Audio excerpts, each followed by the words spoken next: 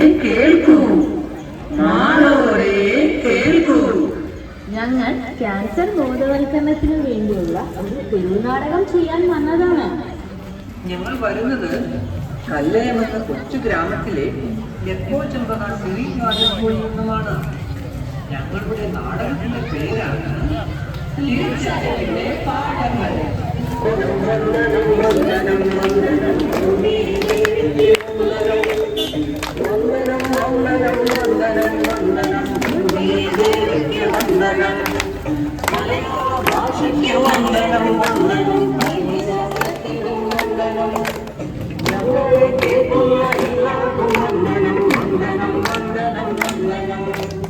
സുഖമാണോ?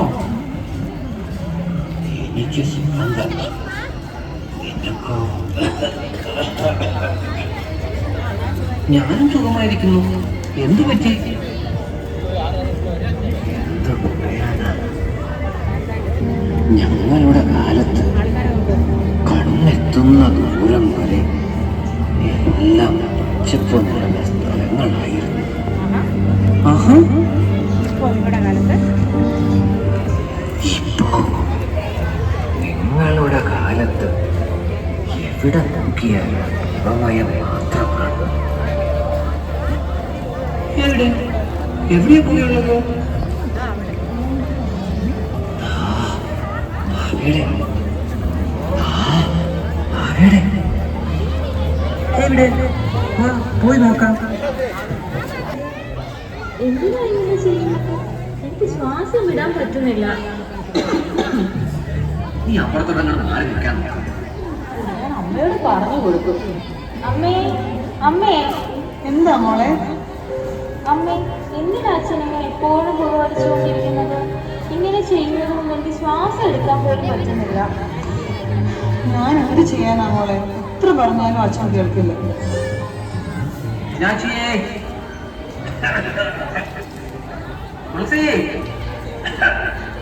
ആരെങ്കിലും ഒന്നിങ്ങോട്ട് വന്നേ.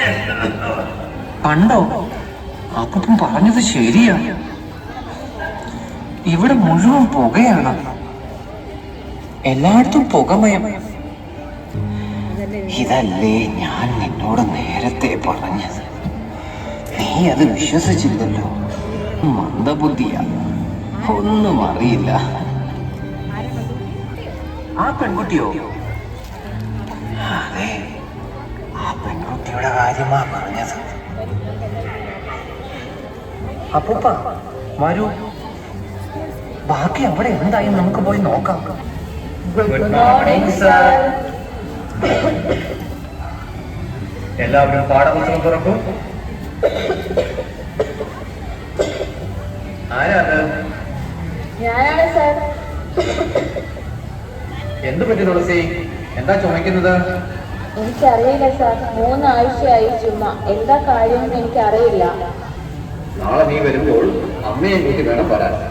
ശരി സർ. അമ്മേ, നാളെ അമ്മയെ സ്കൂളിൽ കൂട്ടിക്കൊണ്ട് വരണമെന്ന് സാർ പറഞ്ഞു. എന്താ കാര്യം? നീ വല്ല കുട്ടികളോട് അവിടെ കാണിച്ചോ?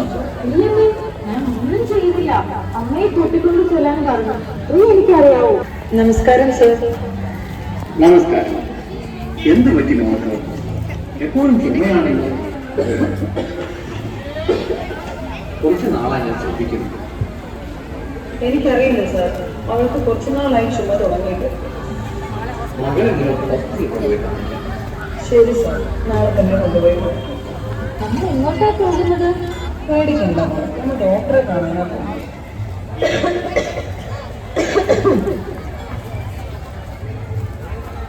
ആരാ ഇത്രയും ശബ്ദത്തിൽ ചുമക്കുന്നത്? പുറത്ത് കേൾക്കാമല്ലോ. ഇവൾക്ക് എന്ത് പറ്റി? ഇവൾ ആകെ ക്ഷീണിച്ചിരിക്കുകയാണല്ലോ. അറിയില്ല, കുറച്ച് ദിവസമായി ഇങ്ങനെയാണ്. നിങ്ങൾ ആശുപത്രിയിൽ പോയില്ലേ? പോയി, എന്നിട്ടും വലിയ കുറവൊന്നും കാണുന്നില്ല. എന്ത് ചെയ്യണമെന്ന് എനിക്കറിയില്ല. ഇവളെ സിറ്റിയിൽ ഏതെങ്കിലും ഹോസ്പിറ്റലിൽ കൊണ്ടുപോയി കാണിക്കൂ. അവിടെ കൊണ്ടുപോകാനുള്ള പണവും സൗകര്യവും ഒന്നും ഞങ്ങൾക്കില്ല. നീ ആദ്യം ആശുപത്രിയിൽ കൊണ്ടുപോയി കാണിക്കൂ. അതിനുള്ള പൈസ ഞങ്ങൾ തരാം, ബാക്കി പിന്നെയല്ലേ. എങ്കിൽ നാളെ തന്നെ ഞാൻ ഇവിടെ ഹോസ്പിറ്റലിൽ കൊണ്ടുപോകാം. എനിക്ക് എന്തെങ്കിലും അസുഖമുണ്ടോ? പേടിക്കണ്ട മോളെ, ഒരു കുഴപ്പവും ഉണ്ടാവില്ല. നമുക്ക് ഡോക്ടറിനെ കണ്ട് കുറച്ച് മരുന്ന് വാങ്ങിയിട്ട് തിരിച്ചു പോകും. എന്തു പറ്റി? എന്താണെന്നറിയില്ല, എൻ്റെ മകൾ നിർത്താതെ കുറച്ച് നാളായി ചുമച്ചുകൊണ്ടിരിക്കുന്നു. അവള് വല്ലാതെ ക്ഷീണിച്ചു പോയി. ഞാകെ ഒരു പോലെ ഒന്നിനൊരു ഉത്സാഹം. ഇതിനു മുമ്പ് നിങ്ങൾ വേറെ എവിടെയെങ്കിലും കാണിച്ചിട്ടുണ്ടോ? നാട്ടിലാണ് ഡോക്ടറിനെ കാണിച്ചിരുന്നു. മകളുടെ ഒരു ബ്ലഡ് ടെസ്റ്റ് ചെയ്തു. നിങ്ങൾ ലാബിലേക്ക് പോയി. ശരി ഡോക്ടർ. എത്ര നാളായി ചുമ തുടങ്ങിയിട്ട്? നിങ്ങൾ താമസിക്കുന്നത് എവിടെയാണ്? തുടർച്ചയായി പുകയോ മറ്റെന്തെങ്കിലും ബുദ്ധിമുട്ടോ ഉള്ള സ്ഥലമാണോ? ഇല്ല, പക്ഷേ അവരുടെ അച്ഛൻ സ്ഥിരമായി പുക വലിക്കുന്നതാണ്. വീടിനകത്ത് എപ്പോഴും പുകമയമാണ്. ഈ റിസൾട്ടിൽ ക്യാൻസറിന്റെ ഒരു ശരീര തുടക്കം കിടക്കണം.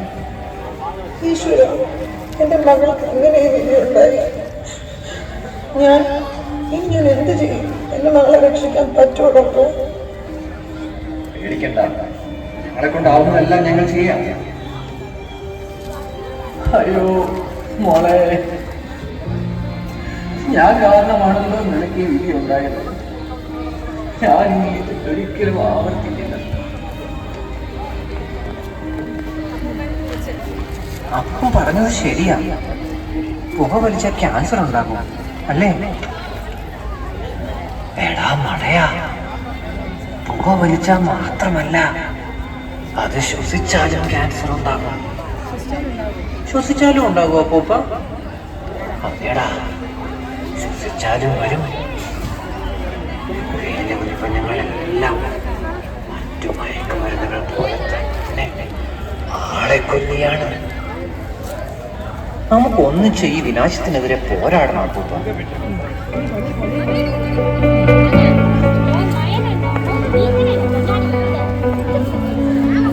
നമ്മുടെ ആയുസ്സിനും ശരീരത്തിനും മറ്റുള്ളവർക്കും ദോഷം വരുന്ന യാതൊന്നും ഉപയോഗിക്കുകയോ മറ്റുള്ളവരത് ഉപയോഗിക്കാൻ കാരണക്കാരനാവുകയോ ഇല്ലെന്ന് നമ്മൾ പ്രതിജ്ഞയെടുക്കണം.